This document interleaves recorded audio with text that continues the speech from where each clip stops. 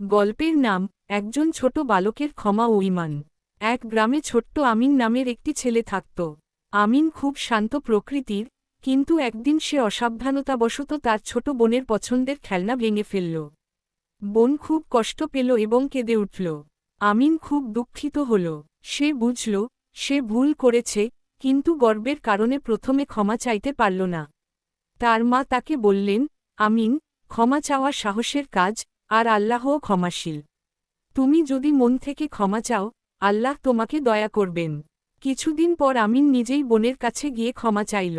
বোনও মুচকি হেসে বলল, আমি তোমাকে ক্ষমা করে দিলাম, আমিন ভাই।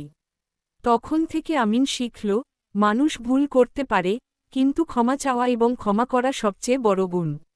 আল্লাহর নিকট ক্ষমা চাওয়া মানে নিজেকে উন্নতির পথে নিয়ে যাওয়া।